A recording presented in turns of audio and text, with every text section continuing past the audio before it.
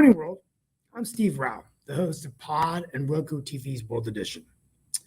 And today I greet you from Durham, North Carolina, as I'm in transit to another meeting. So I'm going to open up with my monologue, but we welcome you from wherever you are in the world to this wonderful show where we talk about global affairs, innovation, a post-COVID world, a disruptive and turbulent world politically, economically, as we deal with recession, inflation, war in Ukraine, and the rise of authoritarianism and dictatorship all around the world. But today, I want to begin my monologue on the State of the Union. The talk of the night is that Joseph R. Biden does seem that he will be running again for re-election to the White House. A feisty, energetic Biden came out swinging last night as he ended his remarks that the State of the Union was strong because of the American people, because of our resilience of bouncing back and bouncing forward. Despite much heckling from Republicans who actually were being shushed by the Speaker, Kevin McCarthy, Biden kept going on, addressing his infrastructure plan, the ARP plan, touting the bipartisan gun reform legislation, and highlighting his focus on the cancer moonshot, invoking emotion when he talked about cancer survivors, also getting emotional when he talked about Tyre Nichols, with Tyre Nichols' mother in the audience, as a president who's lost 2 children. We did see emotion in the president's eyes, and in my opinion, he did look rather presidential, really acting more like the commander-in-chief, trying to bring our nation together. Some takeaways for me from the State of the Union is, number one, he's running again. Number two, how divided our Congress is. This is probably the new norm now of heckling and booing and shouting out like Marjorie Taylor Greene, "You're a liar." Is this the new normal for our politics? Apparently it is. President Donald Trump delivered his response, calling Joe Biden the most corrupt president in the history of our country. Interesting coming from a president who's been impeached and being under investigation by the Department of Justice. However, I think the final takeaway and the most important takeaway is with no doubt that President Biden will be running again for the White House at the age of 82 years old. If he does complete a second term, he'll be 86, and he is going to be the oldest president to ever serve in the White House as our commander-in-chief and president. Sarah Huckabee Sanders' response was expected to be much more valiant, much more resilient, but was really just kind of a play to the Republican base. She is the youngest governor and former press secretary for former President Trump, and basically said that attacked Joe Biden's spending on money, attacked him on inflation, and also said that the woke and kind of liberal progressive movements are hurting America. It was an interesting talk, and it's good to have a young governor in Arkansas. But we'll be talking about this. But folks, according to Joe Biden, the State of the Union is strong. Joe Biden is running again for the White House. And I tell you, he was as scrappy and as energetic as I have ever seen him, maybe in his 60-year career in Washington. At the age of 51, perhaps it made me go for a run this morning saying, hey, I'm a young 51 years old. So here we go today. Let's get started. Mark Lee, come on out. And I'm going to head out home and then come back on the show. But real quickly, just insights about the State of the Union before we bring in the other guests. No, looking forward to bringing in the other guests. I did not actually watch the State of the Union. Had other things going on. I'm sure that some of our other guests did watch it. I know that actually it was supposed to have a meeting, and the meeting was actually postponed because people were glued to the State of the Union, and they were actually involved with certain HBCU communities and certain other kinds of organizations around the Greensboro and I want to say the Durham area, and maybe even some other areas around North Carolina. But from what I heard, I definitely heard that it was, as you described it, very feisty, a lot of contentious talk and a lot of kind of things of you would expect it maybe a basketball game or things along those lines, because we just had the Duke Carolina game, and it did seem like a lot of the kind of barbs that you would see thrown by maybe the Carolina players or the Duke players against each other, much in the way that they did this past weekend, and all in that kind of space. So yes, politics has definitely become a very contentious sport, and it isn't just on one side. I do know that in the past there have been times that AOC has yelled down certain things that she didn't like. As a matter of fact, I believe there was some of that went on when Elian was not given was thrown off of a certain committee. I believe it was the Foreign Affairs Committee, and all in that space. So it's definitely something that has happened in the past and continues to happen. I would say that it's been happening over the last several years under several presidents and all in that kind of space. But definitely, I did hear him talk about infrastructure, heard him talk about a number of other issues, including things that were going on with police reform and things in that space that I know a lot of people are concerned about. As I've said before on this show, a lot of times people are very much concerned about economics and, of course, what's going on with medical care and things in that space. So in that same line, and if it's all right with you, I'm going to bring along one of our main guests. And I'm going to be back. Other folks as well. But I'll be back in about 30. I'll be back in about 35 to 40 minutes. Thank you, guys. No problem. Yep, I do want to bring on Carlin Maddox, and of course, I'll bring on other folks as well. But Carlin Maddox has written an amazing book about another epidemic that is facing our country. I know we talk about COVID and all in that number, but I have had relatives that have dealt with Alzheimer's and dementia, and I did not realize until I was looking at some of your bio the amount of numbers that are affected by this particular epidemic disease and everything. I think that in the media sheet that I got from you is something like 20 million people that are affected by some form of Alzheimer's. And I also know that you said that it isn't just a old person's disease, even though that is what some people think. And I know that even if we were to go back to the president's talk, there have been times that people have wondered about his own mental faculties and things in that space and everything in that kind of way. And I do know there have been attacks on whether he does have some early set or not early set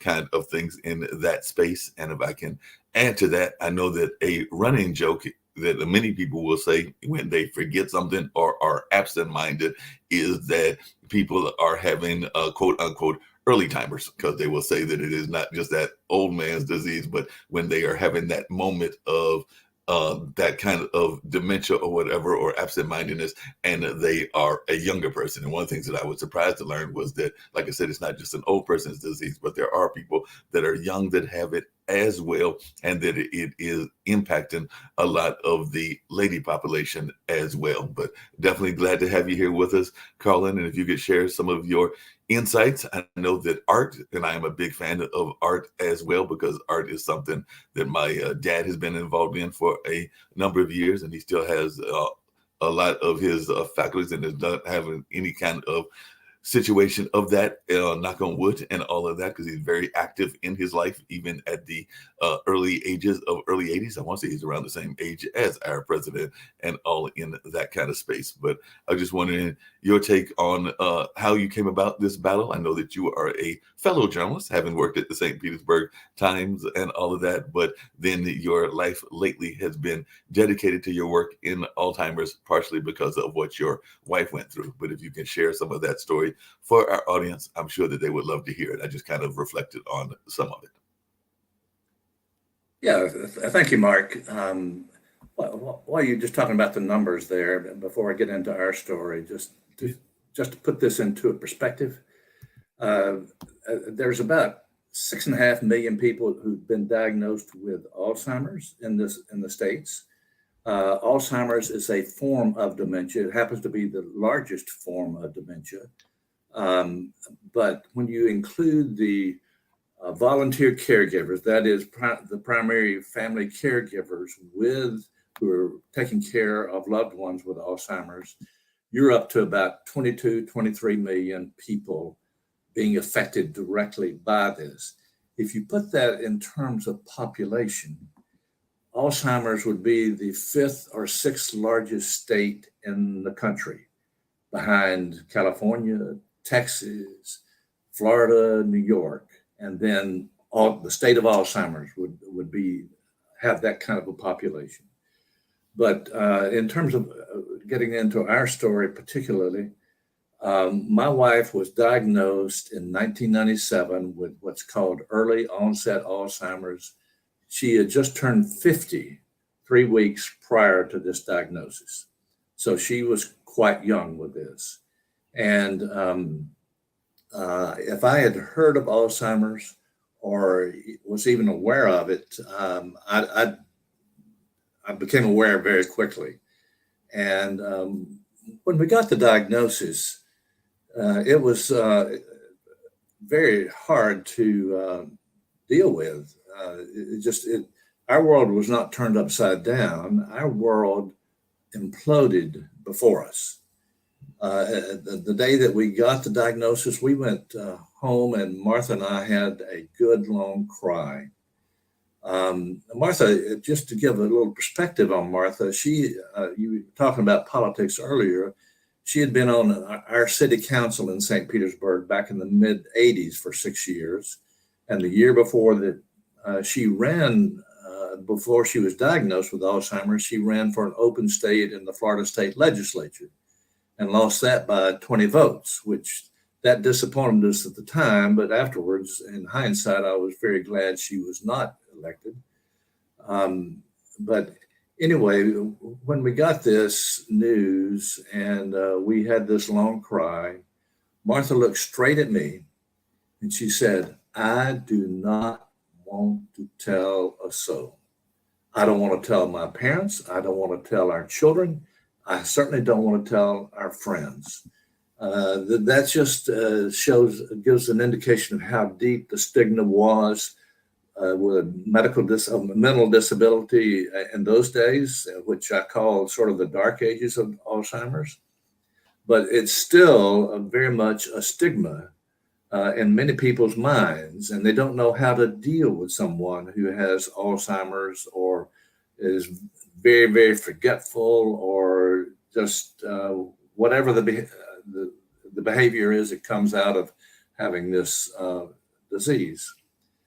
So as we talked, there was one person that Martha was willing to talk with, and that was a retired minister who had been good friends with Martha before Martha and I married, but he did marry us and baptized a couple of our kids, and his name was Lacey. And she said, I'm willing to talk to Lacey about this. And so I called Lacey that day, and he came the next day. Lacey was a big hulk of a man. He was like 6'4", 250, 260 pounds. And when he came into the house, Martha and I were on the couch, and he was on a chair opposite us. And we did not beat around the bush. I just said, "Lacey, we've asked you to come here because Martha had been diagnosed with Alzheimer's." And he just slumped in his chair. He shrunk in his chair. And he nodded at me and just wanted to swap places with me, and we did. And put his big arm around Martha, and we all had another cry at that point. And he then said, after we all collected ourselves, he said, "I have a friend up in Kentucky." We were down in Florida.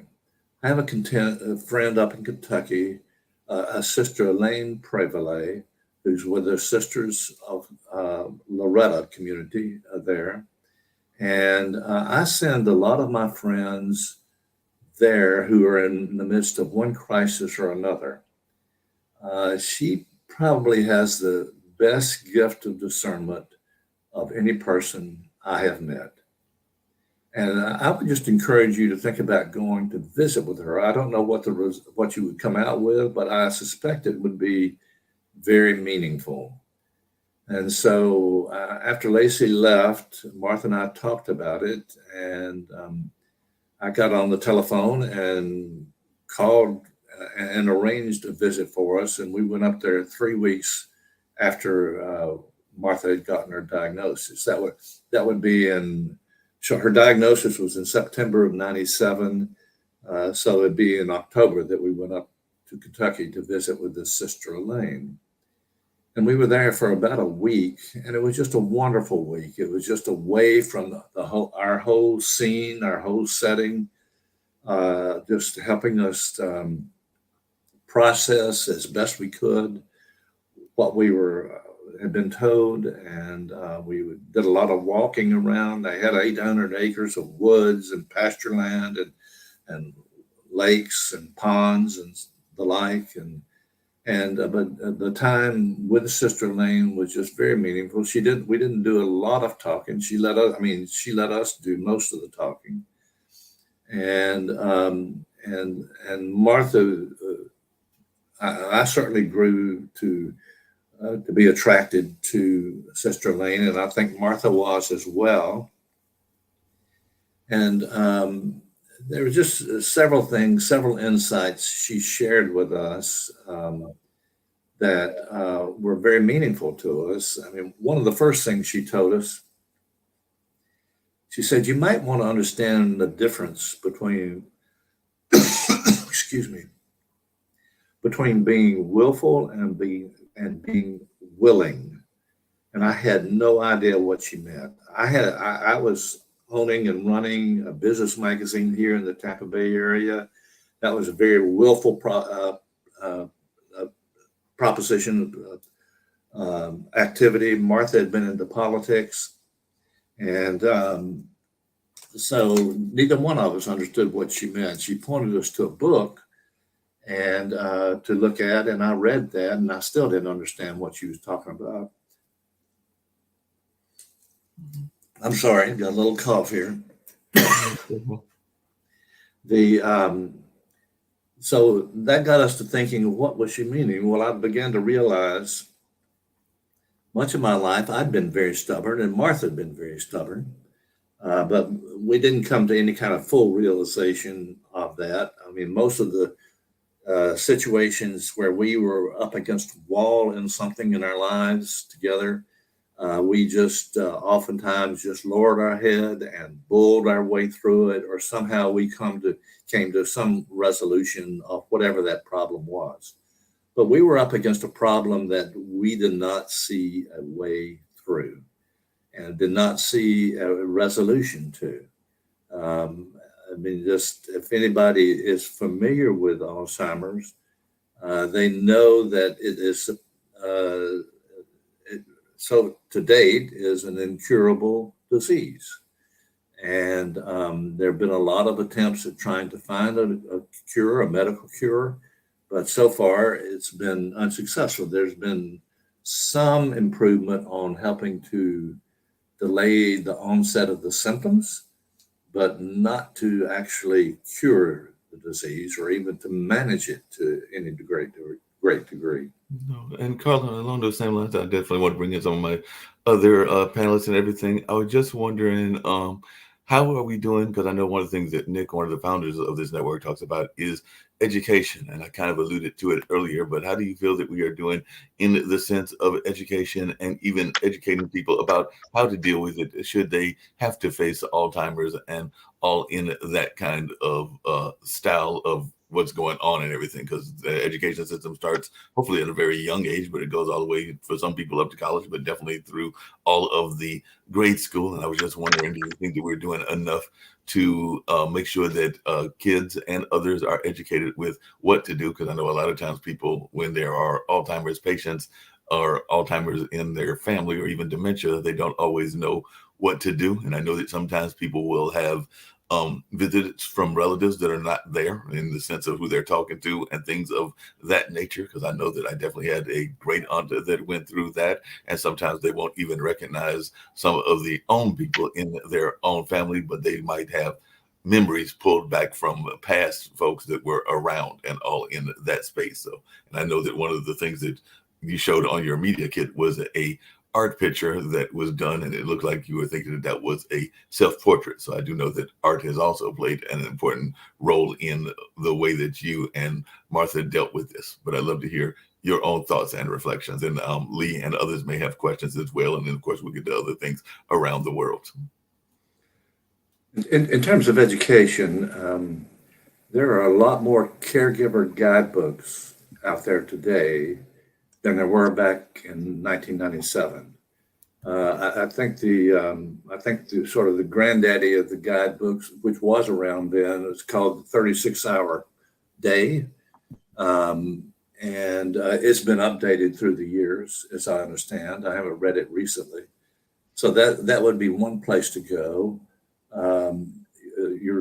You obviously need to get to a neurologist and not just to a general practitioner in terms of understanding what to do. And oftentimes the neurologist may or may not know of a good support group for the caregiver as well as for the one who's been diagnosed.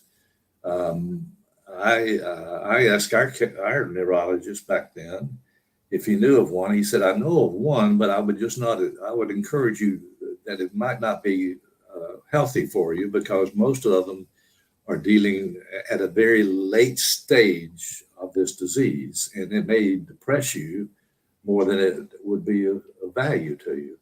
But the Alzheimer's Association and something called Us Against Alzheimer's are very good resources to get to find out local chapters and to see about local support groups.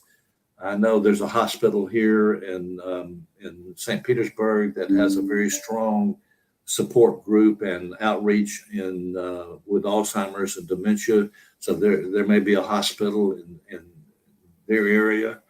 I mean, but one of the things I did, I just started reading.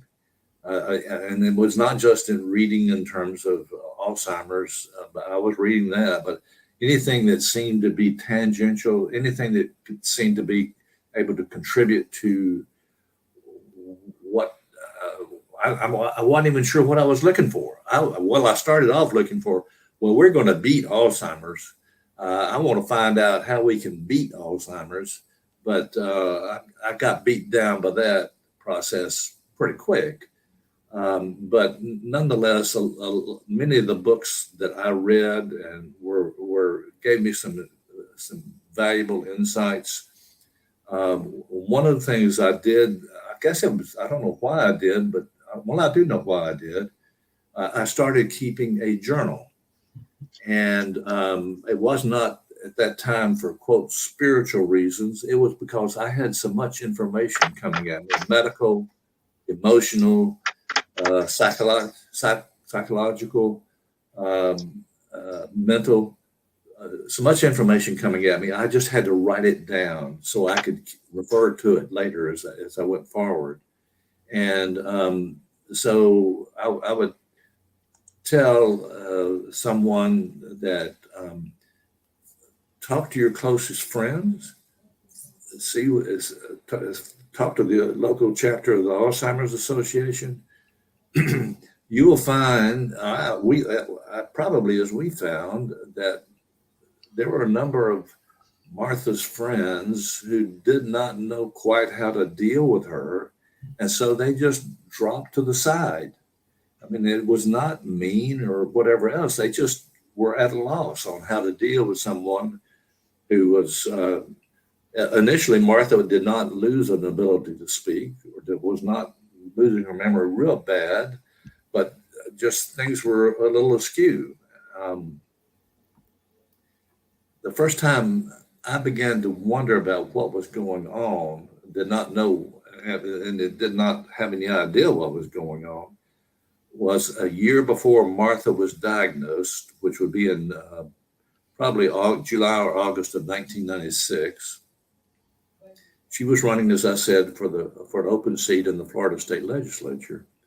And she was at the most important campaign event then called the Tiger Bay Club here. And she was one of the 4 candidates who were there speaking. I'd seen Martha in that situation many times before when she ran for city council or in other situations. And she had always been very cool, calm, and collected, had her answers, could be able to respond directly and the like. On this day, Mark, she had to ask for every question to be repeated. And then when she responded to the question, her answers were just askew 10 to 15 degrees off. Did not make sense to me. Most of them did not. We got home and I asked Martha, I said, what was going on, Martha?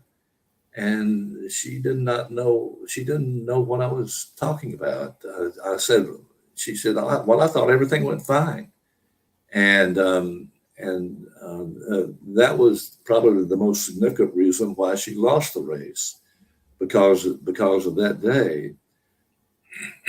Well, and along those So same lines, yeah, along those same lines, Colin, I don't think that Lee and others may have questions for you as well. But earlier, Steve was talking about politics, and I do agree that from what I heard, and like I said, I didn't watch it all, but I have seen clips that it did look like Joe was being feisty Joe, and all in that sense, meaning President Biden. But there have been times in the past that he has done what you just described as well. And I know that there have been people that have speculated as to whether he is suffering from some of those early stages and whether he should even be considering running for another term or anything in that space. And I was just wondering, as an outsider, and I don't know your political affiliations and everything, but as an outsider watching and everything, is that a concern that you have as an advocate for Alzheimer's and everything? Because I know that he is one of the oldest presidents, but I mean, if it's him against Trump, there would not be both of them are definitely in that 80s category. And there have been times that there have been folks that have wondered about even the mental stability and mental faculties of former President Trump as well. But I'm just wondering your reflections on this and even the political aspect of it when you have heard these kind of things thrown, and sometimes they might be thrown as political barbs. And but there are also things that are going on. We all know that President Biden has a stutter, and that can add to what goes on as well. But I'm just wondering your take on those kind of aspects. Well, someone who is this distant from the president or former President Trump, Mark, it is a real mistake to be drawing quick conclusions and sharp reactions, thinking that you know what's going on with someone who you don't know. And I mean, even Martha was 50 when she was diagnosed. I was 52. Our 3 children were still in high school and college. I was forgetting things at that point. I'm forgetting things more at this point in my life. I'm 77 now. I mean, I'm not trying to dance around your question, but it's a real mistake to start trying to draw conclusions just from what you're seeing on TV and the like. And I'll just leave it at that. No, that makes sense. Lee, you've heard some of the comments. I Yeah. know we'll get to other things, but I didn't know if you had any. If you don't mind, a couple things. One is, first, welcome to the podcast. It's a pleasure meeting you. And Thank you. I'm sorry what y'all went through. And you mentioned before that it's not curable. Are there things that a person can do to reduce the risk, whether diet, exercise, things to stimulate the brain, like jigsaw puzzles, reading, learning? The thing that I've came across just about 6 months ago, I'll say in the last year, there was a doctor who had written a book, and his specialty was Alzheimer's and dementia, and he's with the Cleveland Clinic. And there were two things that I remember coming out of hearing him and looking at that book was to get your exercise in, do your exercise, but also focus on what he calls the Mediterranean diet. And I'm not totally sure what the Mediterranean diet is, but he said that there had been studies and research along those lines that were showing that they were very helpful in terms of just keeping the brain fresh and refreshed. And so those, in terms of being an advocate for Alzheimer's and those with caregivers dealing with patients with Alzheimer's, those were the most tangible things that I've heard. I've heard things across the whole arc, but coming from somebody who had that kind of medical history, that kind of medical training, that was good to hear that you could. It did not mean that it was a guarantee, but the research was showing that it did help delay any kind of onset of memory loss. Another thing that lot of people said, well, was it genetic for Martha? And there's a gene called APOE4, I think, that indicates the prevalence or the prevalence of getting Alzheimer's. Well, Martha did not have that. She was diagnosed, or just they checked that, and she did not have that. So genetics is also not a guarantee that you will come down with something like Alzheimer's. So I hope that gives you a response. Those are things we could talk about a lot of things, but Hey, Colin, along those same lines, I know that some people have, and I kind of alluded to it earlier, have seen their parents and or their grandparents or other relatives that have faced Alzheimer's that have, talked to the folks that have passed on, talked to folks that are not around. And one of the advices that I've always heard was, not to challenge that. If they are having a whole conversation with maybe a grandparent that has passed on, or even relatives that have gone on or are remembering you from another age and things of that space, not to challenge it, but to kind of roll with it. And I was just wondering your advice for those that are facing folks that have Alzheimer's or any of the other forms of dementia. Because like I said, that is one of the things that I remember being told was that, they might say that they are, still talking to their mother, and maybe the mother has gone 5 or 10 or even 15 or 20 years ago, and everything in that space, and there's nobody else in the room. But one of the advice that I was always heard was don't challenge that and everything. But I was just wondering your take on it. I basically would agree with that, Mark. It took me a while to figure that out because Martha would make some statements that I knew were just wrong, flat wrong, and I would try to correct her. And we would get tangled up in an argument. And I finally began to understand that I needed to step into Martha's world. She was in a different world from me. And I just needed to learn how to step into that world. But I think of when our middle child, Rachel, talked to me one time. She said, Daddy, I'm not connecting with Mommy. I can't have these conversations with her and whatever else. And I don't remember telling Rachel this. She reminded me that I told her this some years later. I said, well, Rachel, you just need to step into your mother's world. And as you describe it, roll with it and just go with the flow in terms of wherever Martha wanted to go with it. Do that. And just don't be concerned, and just know that is a behavior that you just got to recognize and try to. The whole point is to try to de-stress situations as much as you can for yourself, as well as for, in my case, for Martha, for my wife. And that was a very good insights that I began to develop over time. You got any questions? Well, actually, I've had some experience in this area, Mark, because my mom had that disease.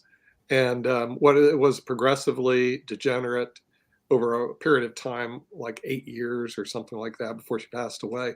They forget your name, they forget you, they forget how to drive. They drive. How we found out, she drove to the mall and then that she always goes to, and then goes, I don't know how to get back home. I'm completely lost. So the drugs are now starting to come out that slow down the progression of these diseases. And they've been fast tracked by the FDA. So there's more treatments available today than there was 8 years ago in terms of that. But when it comes back to education, Mark, what I'm saying is that our kids, if we bring them into elementary school, teach them pharmacology, teach them science about this stuff, develop your leaders in science in elementary school, then by the time they get to college and things like that, they'll be able to find, because we've already basically figured out what the the problem is, but they haven't figured out the solution, they'll be able to conquer things like Alzheimer's. In the meantime, what Carlin said was pretty eye-awakening. 20 million people of dementia. That's the whole state of Florida having dementia or Alzheimer's disease. But guess what? It's going to get worse. Do you know why? We have an aging population. If you saw the State of Union address, it looked like a nursing home. Okay. And it's going to get worse. Now, there was a theory that chess players, and Sasha will love this one, if you played chess and you engaged yourself, that would slow down or maybe even stop the progression. Actually, Arnold Denker was an advocate of that. But then when he was in his 90s, he actually got Alzheimer's disease. In other words, it might or it might not. There's nothing proven or not about that theory. But what they say is, well, you don't run across chess players that have Alzheimer's disease. Of course not, because you got to memorize all these stupid openings. And if you're playing in a tournament and you forget, you're going to start losing very quickly.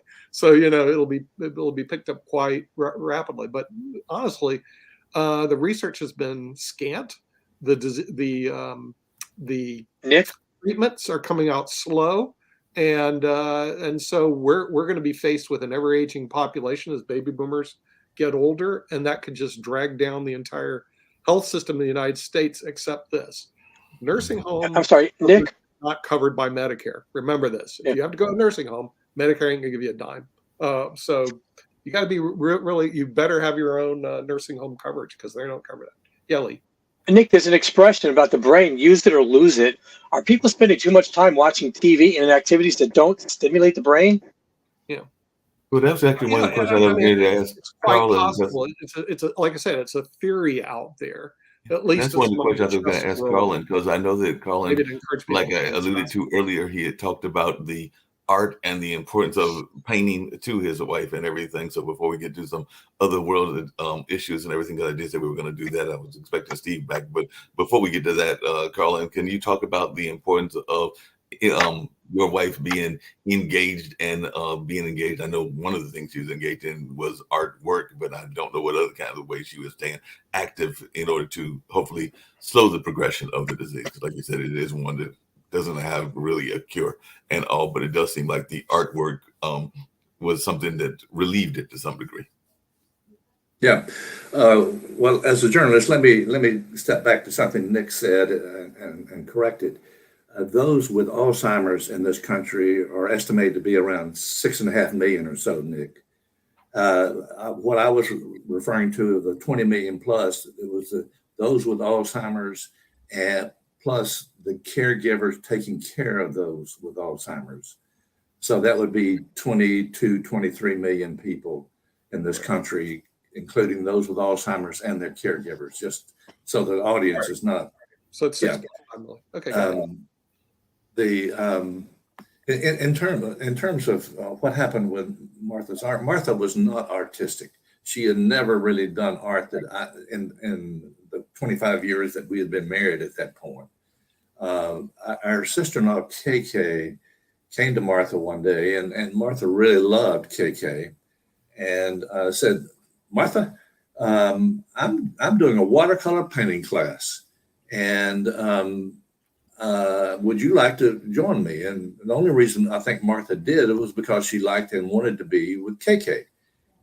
But Martha got into this watercolor painting class, and it was just an amazing kind of thing. She really became engaged. Until that point, this was about 2 years after her diagnosis. From the time of the diagnosis until that point, Martha's confidence had just gone through the floor, and it just stayed in the floor. And Martha had always been a very confident person, very energetic person, much more energetic than I am. But when she got into the art, she became engaged. She became confident. Her teacher displayed some of Martha's art out on St. Petersburg Beach. KK and Martha had their own art show at KK's house with family and friends coming over and oohing and awing, and that was just helping Martha's confidence immensely. And that was just a wonderful sight to behold. Her interest in art, I mean, the distinctive thing about Martha's art was that the coloration of it. Her teacher came to me one day and said, "Carlin, I do not know where this coloration is coming from. I cannot teach that. It cannot be taught." And it was just an amazing thing. You can find that on my website, find some of the artwork on my website, www.carlinmaddux, CarlenMaddux.com, under About. I think that's where it is, and see some of the art.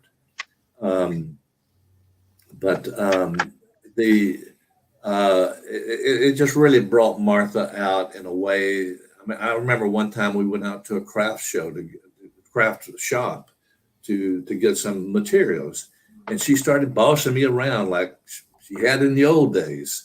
And it was just great to feel that and to see that, and to tell me, I need this and I need that and whatever. And that was just a wonderful experience. Yeah, Now, what I've seen since our experience, I've seen other people find the same thing there, but they also find the same thing with music and singing and dancing, that it just old songs that come back to them, old abilities come back to them, and just once it triggers something. I don't know what it does, but anyway, in our situation, Martha's interest in art lasted 2, maybe 3 years, and then began to fade away. Yeah. And by that time, she was beginning to lose her ability to talk. It's not completely, but her ability to talk. Her memory was fading pretty significantly. But that was just a wonderful phase that we went through with this. I'm sorry, Carla, when you say your memory, there's short-term and long-term, or one versus more than the other?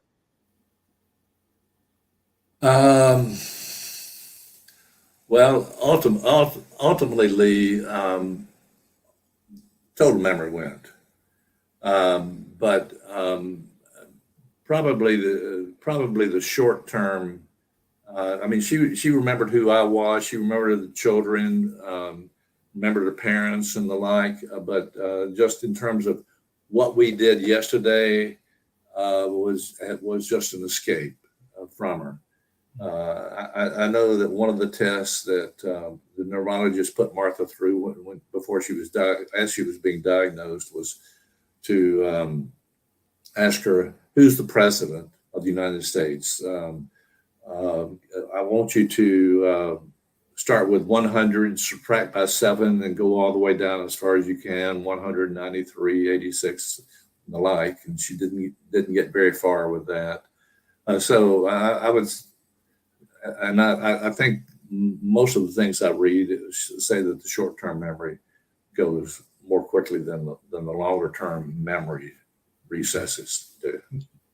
Appreciate that, Carlin. Like I said, definitely want to get to some of the other things. I actually want to ask Sasha, as we pivot a little bit to what's going on in Ukraine and Russia. I did see that Zelensky was holding talks with the United Kingdom Prime Minister amid those fresh Russian assaults, and there is some speculation as to what's going on with those assaults. And actually, Putin has been implicated in another incident, but that's from back in a few years back. But it looks like he's been implicated totally in the 2014 downing of that Malaysian passenger jet that had killed 298 people. So it looks like he was definitely said that he was involved in that kind of horrible action as well. But I just wanted your take on some of the things that have been taking place there in Ukraine and all in that space, because those are the two things that I did see, in addition to a Russian nationalist mercenary, Igor Menkachev, dying after being shot at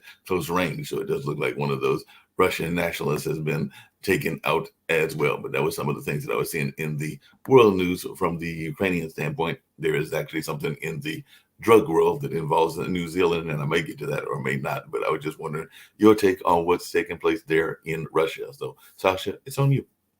Well, this has nothing to do with Alzheimer's. I just absolutely hurt and offended by what Putin and his cohorts are doing in Ukraine. I mean, I don't know quite how to relate this to Alzheimer's or dementia or anything else, and this is just my private concerns. And but I'm trying to sometimes put myself into Putin's shoes, and he's telling the Russian people that this is for the mother country, and we're trying to recover the mother country. But from my perspective, and I think many of our perspectives, it's just an abysmal, just horrible kind of thing that's going on there. And the sooner that it can be resolved, the better. But I'm afraid we're just digging a deeper hole. I don't know if that's going the direction that you're wanting to take. No, this. I was actually asking Sasha, and I didn't know if Sasha had any comments on the things that I was referring to and everything in the sense of that Russian nationalist, as well as Putin recently being implicated in that Malaysian passenger jet that took place back in 2014. So, Sasha, any news or thoughts that you have about the current actions that are taking place there in Ukraine, as the Ukrainians are definitely being valiant in their fight back against Russia? No, it's an amazing thing in terms of the size of the country, comparing the size of the countries, and apparently the difference in military preparation between the two countries. It looks to me, as an outside observer, is just to be an amazing kind of thing that's going on with the Ukrainians, and with all the losses that they have, with all the destruction that's going on in their country. They are a symbol for me, and I think for many Americans, that this is what it means to defend your country and to defend your form of democracy. The other thing that is interesting to me is that Zelensky is beginning to ferret out the corruption within his own government, and so I certainly, I don't know all the ins and outs, but I certainly hope at one day soon, that Ukraine can join NATO and the EU and be considered part of that whole democratic base. But I'm sure you've got experts here who are more insightful into all this than I am. But yes. Sasha? Yes, well, it's becoming obvious that this war between Russia and Ukraine will be decided on the battlefield. Forget about all this peace proposals and everything else. It's not going to work. Both sides are too far apart. There is absolutely no possible until one side will be decisively beaten. There is nothing going to happen. Interestingly enough, President Zelensky is in London. He was met at the airport by English Prime Minister Rishi Sunak and was taken to 10 Downing Street. He will address Parliament today, and he will have an audience with King Charles.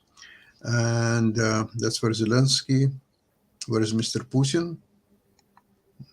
He's hiding in his bunker, but it's just a matter of time when he will be killed, most likely by his own people, and that will probably resolve the war very quickly once that happens. I can definitely see that being the case and everything. One of the other things that I was seeing in the news, and I don't know if anybody's got any comments on that, but we do have a drug war that is going on, not just here in the United States, but around the world. And apparently over in the small island of New Zealand, they recovered 3.2 tons of cocaine floating in the Pacific Ocean. And they say that that is worth $500 million. So that's quite a bit of cocaine that they found off that island and all in that space or that island country. But definitely, is this just another example of the war on drugs not being as effective, or is it just a accidental case of it actually being effective because apparently they found it and I don't know why it's floating? Maybe there was some pirate action going on, but I don't know if anybody has any thoughts, because that does seem like a lot of cocaine that's out there. I know there are some countries, including some parts of Canada, that are talking about legalizing.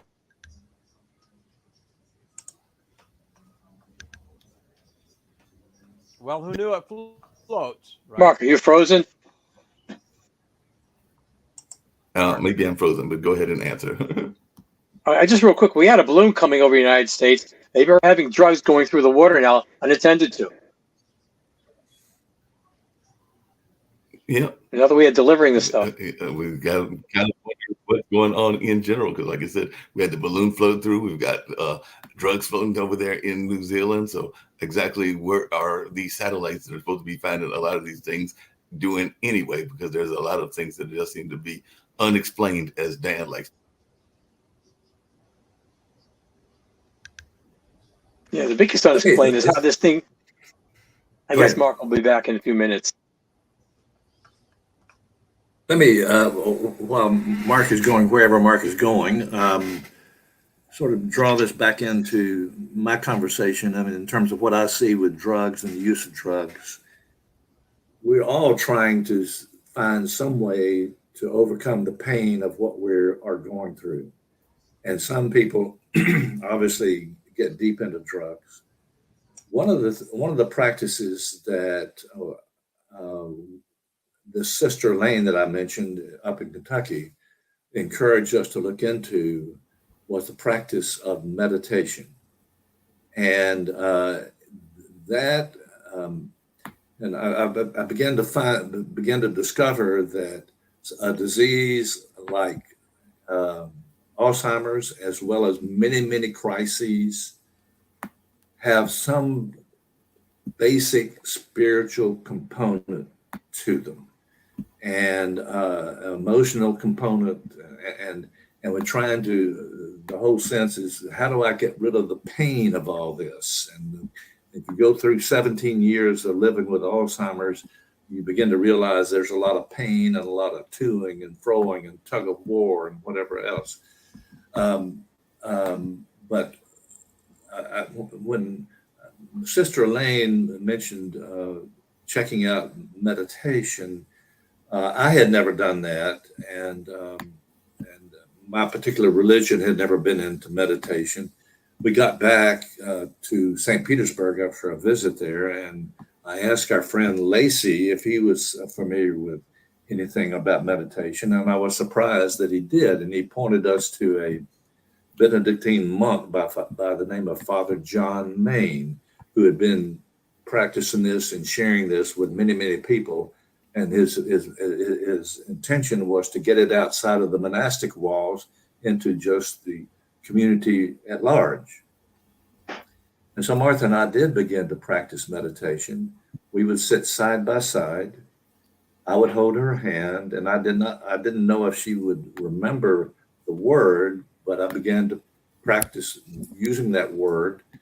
And it over a period of time, I began to see Martha's anxiety level begin to diminish as a result of using this practice. And as a result, my anxiety level began to diminish. And that was a valuable tool for us. And it seems to me it would be whatever is causing you enough pain to get into drugs and the like, that might be a good option to even consider and think about. Yeah, that makes a lot of sense. I know we're getting to. Carlin, I'm sorry, Mark, you mentioned meditation and spirituality. So does prayer or belief in a higher being help someone deal with these things? It did us, Lee. And it's not a matter of, well, I believe that there's a God up here and we're down here, but just being drawn into a greater presence than our own situation. And that's what meditation over time helped me to do. to begin to realize that there is a presence beyond us, a healing presence beyond us that helped us get through this.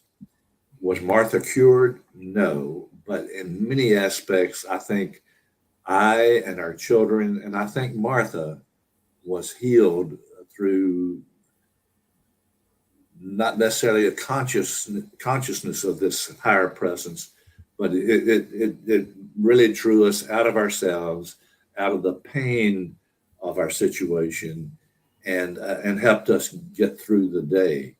I That's don't know if probably that good answers advice your for question. everybody.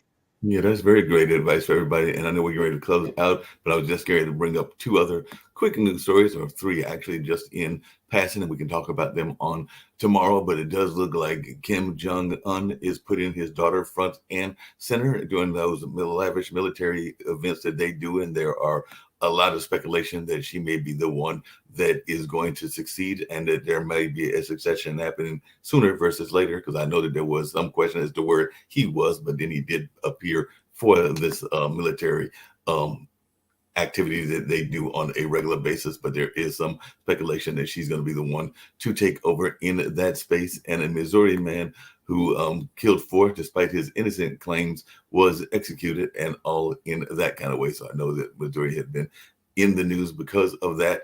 And last but not least, and this is one of those more lighthearted, but not too lighthearted stories and everything, but you were talking about things that get lost, and we were talking about the drugs earlier. But over there in California, there was 700 pounds of acorns found stuffed by a woodpecker inside the walls of a California home. How you can hear how you cannot hear the squirrel doing all of that time, and how they can get that much of the acorns into that wall is beyond me. But then again, I wasn't there, but it seems to me that you would be hearing Woody Woodpecker roaming around and storing all of those things in that particular space and time. But that's just my observation. I'm just going like, that's a lot. Somebody had a lot of time in their hands.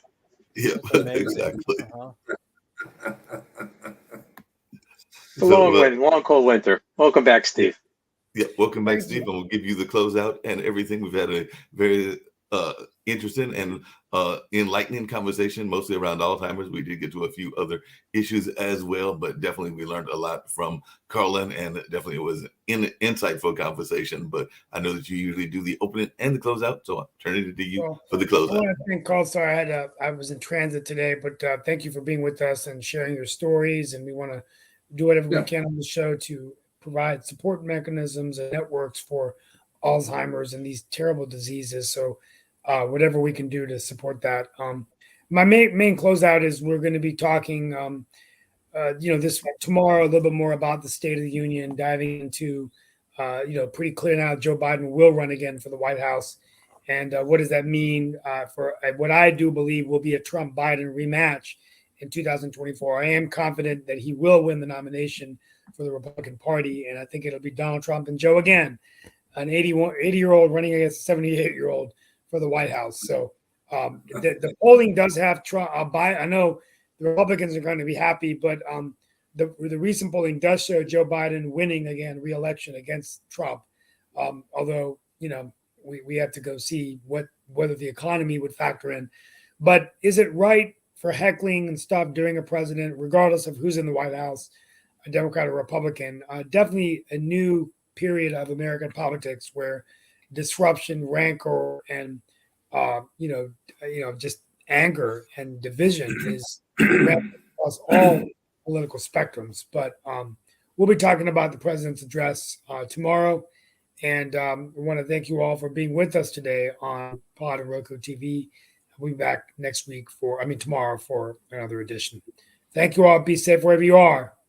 And we'll be talking about the State of the Union tomorrow.